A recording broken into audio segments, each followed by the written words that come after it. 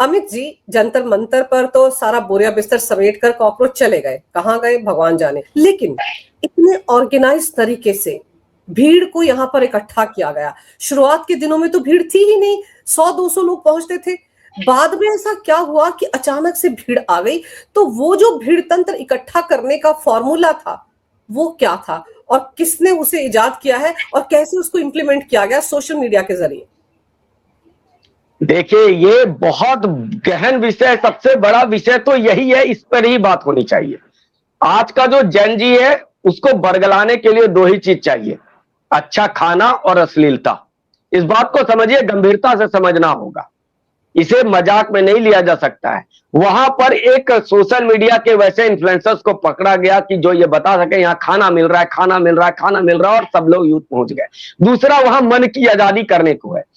कई ऐसे social media के, इंस्टाग्राम के ऐसे अकाउंट्स होते हैं जो ओनली फ्रेंड्स के नाम से चलते हैं, वहां पे अश्लीलता परोसी जाती है। वैसे लोगों को अब सामने आ रहा है और ये एजेंसियां इस पर देख रही हैं। आप देखेंगे आगे वाले कुछ दिनों में इस पर कार्रवाई होगी, तब लोगों को समझ में आएगा कि ऐसे जो ओनली फ्रेंड्स वाले जो आईडीज थे, उनको इस्तेमाल किया गया, जहां से अश्लीलता परोसी जा सके उनका इस्तेमाल किया गया।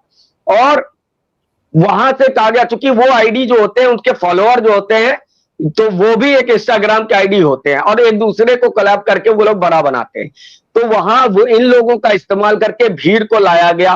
वहां भोजन मिल रहा है, वहां अय्यासियां हो रही हैं, वहां खुल करके बातें हो रही हैं, ये लिया गया। दूसरा, वो जो वर्ग था जिसे हमने नजरअंदाज कर दिया था, जो इंडिया गेट पे हिडमा के नाम पर नारे लगा रहे थे, वो जो छात्र थे जो जेएनयू में थे या अलग अलग रामजस कॉलेज या अलग अलग आईसा, एसएफआई, एआईडीएसओ के जो कार्यकर्ता थे, जो वो कल्चर वाले कार्यकर्ता थे, जिन्हें लगता है कि गालियां देना कूल है या कोई बात नहीं होती। एक तो दिल्ली का ये कल्चर है तो कि गालियों को लोग अन्यथा नहीं लेते, तो वो ऐसे लोगों को वहां पे खुल करके आजादी मिल गई, बोलने की, गालियां देने की, अश्लील बातें करने की, असली कमेंट करने की।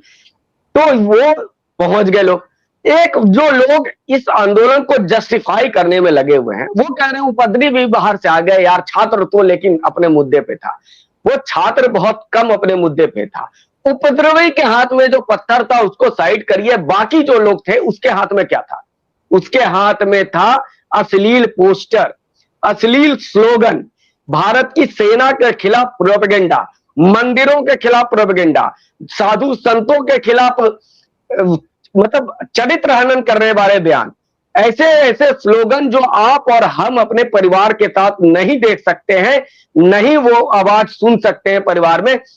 जो लोग भी इस आंदोलन को सपोर्ट कर रहे थे या जो लोग कह रहे थे ये आंदोलन में कुछ अच्छी बातें हो रही है, आज उनसे मेरा ये सवाल है कि क्या जो स्लोगन वहां पे दिए जा रहे थे, आप चाहेंगे कि आपकी बेटी आपके परिवार में दे? जिस तरह की बातें वहां कही जा रही थी, क्या आप चाहेंगे कि आपके परिवार में वो बच्चे ऐसी ऐसी बातें कहें?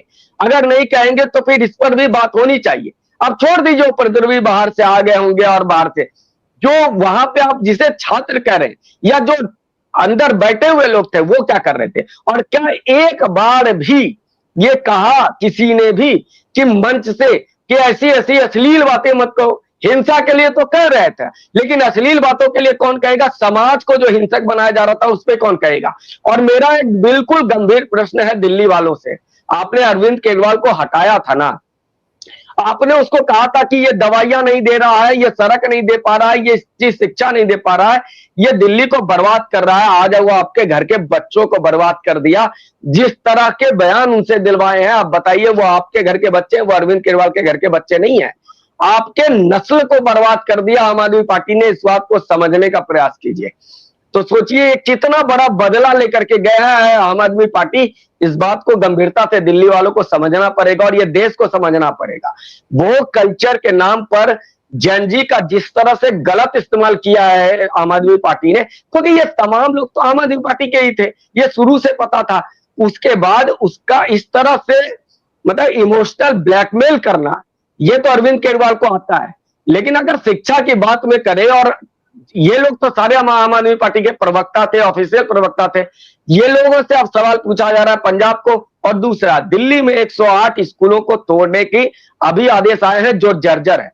अभी 1 साल पहले ही तो बीजेपी की सरकार बनी ना, उससे पहले 10 साल तो अरविंद केजरीवाल की सरकार थी, आम आदमी पार्टी की सरकार थी। कैसी स्कूलों, जर्जर स्कूल में ये पढ़ा रहे थे। अब ये दिल्ली वालों को भी समझ में आ गया और पंजाब वालों को भी समझ में आ गया, इनका शिक्षा से क्या लेना देना। तो इस शिक्षा के नाम पर इमोशनल कार्ड खेल करके ऐसे जेन्युइन मुद्दे को हाईजैक किया। और उसके बाद वो निवेदिता नारायण, जो मुख्तार अंसारी के घर की बहू है, जो उसके आज योगेंद्र यादव और उनकी पूरा परिवार आंदोलन जीवी सारे वहां पहुंच गए थे, ये सब नंगे हो गए। अब इन पर कार्रवाई भी होगी, क्योंकि अब तो सवाल सब लोग ये कर रहे हैं कि ये आंदोलन जीवी हमने सरकार से सुन लिया, ये आंदोलन जीवी है, हमने पहचान कर ली ये आंदोलन जीवी है, लेकिन इन आंदोलन जीवियों पर कार्रवाई क्या करेगी सरकार। अब सरकार पे अब ये दबाव बनेगा। और हम तो कहते हैं कि सब लोग दबाव मिलकर बनाइए कि सरकार अब इन आंदोलन जीवियों का कसकर इलाज करे, ताकि ये दोबारा से उठने की कोशिश ना करे। अमित जी, आप बिल्कुल सही कह रहे हैं कि वहां पर जिस तरह से अश्लील बातें की गई, अश्लीलता परोसी गई और फिर उसके बाद उसको इंस्टाग्राम पर डाला गया और व्यूज बटोरे गए और उस पर किसी ने रिएक्ट भी नहीं किया। अब वो लड़कियां आजकल रोती गाती फिर रही हैं, माफिया मांगती फिर रही हैं, लेकिन वहां पर जो मंच पर बैठे थे किसी ने उनको नहीं रोका। तो इसका मतलब तो साफ है कि उनको जानबूझकर यहाँ बुलाया गया था ताकि वो पीएम मोदी को गालियां निकाले। अब सोचिए, एक लड़की जो क्या नहीं बोल रही थी, मतलब कान खराब हो जाए उसकी बातें सुनकर, और बाद में वो 13वीं मना रही थी वहां पर कि खाना खा लो, ये खा लो, उनके खिलाफ एक्शन नहीं होना चाहिए क्या?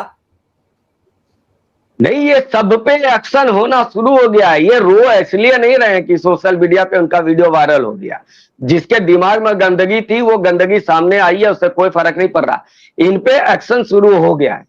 और इन पे एक्शन, देखिए, एजेंसियां कभी भी, आपको लगता है या हमें लगता है कि ईडी का छापा पड़ गया ये एक्शन है, उसके पहले कई तरह से बांध दिया जाता है। और जिसको छापा पड़ने वाला होता है वो एक्सपर्ट होता है अगर, तो उसे पता चल जाएगा कि अब शिकंजा कसने वाला है। जैसे अरविंद केजरीवाल को पता था, या जैसे जो मलिक थे उन्हें पता था, जो गवर्नर रहे, सबको पता चलता है कि अब कार्रवाई कहां तक वो घिरने वाले हैं या कहां तक घिर चुके हैं। ये रो रही है जो ना, इन पे समझ जाइए एक्शन शुरू हो चुका है, इसलिए ये रो रहे हैं। जितने भी चेहरे आज रो रहे हैं वो उन लोगों का अनुभव हो गया है कि अब वो बचने वाले नहीं है किसी तरह से भी। चाहे वो दिल्ली पुलिस का कमेंट में, और जो लोग देख रहे हैं वो एनालिटिक्स तो समझते हैं ना चैनल की, वो समझ गए हैं कि अब उनकी मॉनिटरिंग कहां से हो रही है। और मॉनिटरिंग होगी तो वो सब कुछ सामने आ जाएगा। इसलिए उत्साह में जो लोग गलतियां कर जाते हैं देश विरोधी, और ये समझिए, एक बात समझिए कि सिर्फ अश्लीलता ही नहीं था, इनका टारगेट क्या था? अश्लील कराओ ताकि लोग, यूथ जो है वो सामने आएंगे, अरे यार यहाँ तो आजादी है। वो आजादी के नाम पर यूथ आएगा और वहां पर आकर के और ऐसी ऐसी बातें करेगा, तो ताकि 4 लोग और आएंगे। जिस तरह पोर्नोग्राफी के लोगों को लगाया गया था, वो लोगों को भीड़ के लिए ही लगाया गया था कि आपके लोग आएंगे। तो ये लोग तो आ गए, लेकिन अब एजेंसियां रेडार पर हैं। लेकिन आज मैं इस बात पे संतुष्ट हूं कि मंत्री का इस्तीफा, चलिए, एक बहुत लोगों की डिमांड थी और ये जो सरकार पे था कि इस्तीफा नहीं होता, इस्तीफा हो गया। हालांकि पहले भी कई बार मंत्रियों का पद छीना गया है और लोगों ने ही कैंपेन, मोदी समर्थकों ने ही कैंपेन शुरू किया था, रविशंकर प्रसाद हो या प्रकाश जावड़ेकर हो। तो ये चीजें कहना अलग बात होता है, लेकिन सरकार का इस्तीफा तो होता ही है सरकार में।